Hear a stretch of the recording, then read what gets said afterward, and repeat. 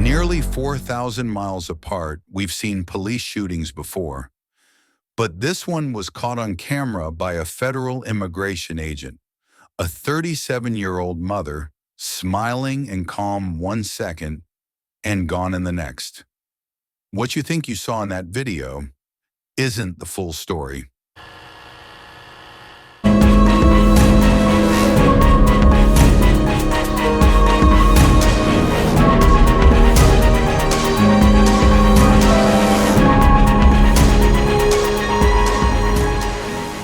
Hey everyone, I'm Axel, and this is UnionX Crime. Today we're covering a case that has shocked the United States, the fatal shooting of a mother by a U.S. ICE agent. This wasn't just a headline.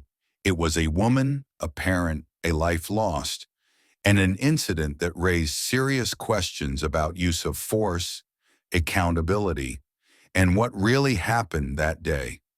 In this video, we'll break down the timeline, the official claims, and the footage that sparked national outrage. Watch closely, because this story is far more complicated than it first appears. Renee Necole Good was a 37-year-old U.S. citizen, mother of three, a poet, writer, and dedicated partner, living with her wife and family in Minneapolis.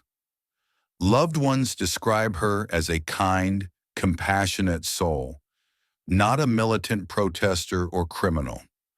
Yet on the morning of January 7th, 2026, her life would end in an encounter that shocked the nation.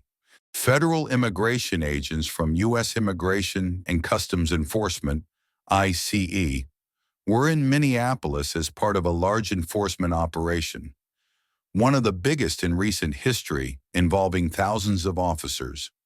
At around 9:37 a.m. on Portland Avenue, about a mile from where George Floyd was killed in 2020, Renee's SUV was stopped sideways in the street when agents approached. Video footage, including body cam-like clips released by federal sources, shows Renee talking calmly, even humorously, before the shooting. In one recording, she says, "That's fine, dude. I'm not mad at you." Her wife, standing outside the SUV, is seen filming the encounter. Then in a flash, everything changes. Shots are fired, and she is hit. This entire sequence lasts mere seconds before the driver collapses. The U.S. Department of Homeland Security, DHS, and the Trump administration immediately defended the ICE agent, Jonathan Ross, claiming Renee's vehicle struck him and he acted in self-defense. But the video footage, the very one government officials encouraged the public to watch, tells a different story. Renee's vehicle did not hit the agent.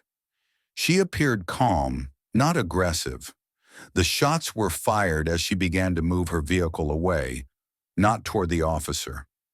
Even Vice President J.D. Vance defended the killing as self-defense, despite the video evidence contradicting that claim. Local leaders such as Minneapolis Mayor Jacob Frey called the federal narrative garbage and insisted the footage did not support the self-defense justification. Here's the twist the footage itself didn't tell you. The conflicting orders, eyewitness accounts say ICE agents gave two different commands, one to get out of the vehicle and another to drive away. Her calm demeanor, instead of panicking or threatening, Renee appears cool and cooperative, even joking, only seconds before she is shot. This contradiction casts doubt on the imminent threat claim the government has made. No evidence yet shows she ever struck or seriously injured the agent. In fact, the agent went to the hospital for internal injuries after the incident, but it's unclear whether they were from the confrontation or something else. The killing sparked outrage from community members, protests, and legal battles across the country. Vigils took place from Minneapolis to Raleigh, with crowds mourning Renee and demanding justice. Renee's family has now hired the same law firm that represented George Floyd's family to investigate her death. saying they want answers and accountability. Meanwhile, political leaders remain divided. President Trump has called the situation unfortunate, but stopped short of condemning the shooting, emphasizing the continued use of ICE operations. This isn't just another law enforcement shooting montage. This is a mother of three with a life, family, and creative spirit, killed in a moment where video evidence challenges the official narrative. Her death raises tough questions. When is force justified? When does enforcement turn into tragedy? And how much of what we see changes when we examine what we aren't told?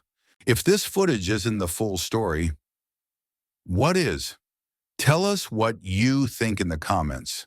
Like, subscribe, and turn on notifications for deeper breakdowns of high-impact crime stories like this one.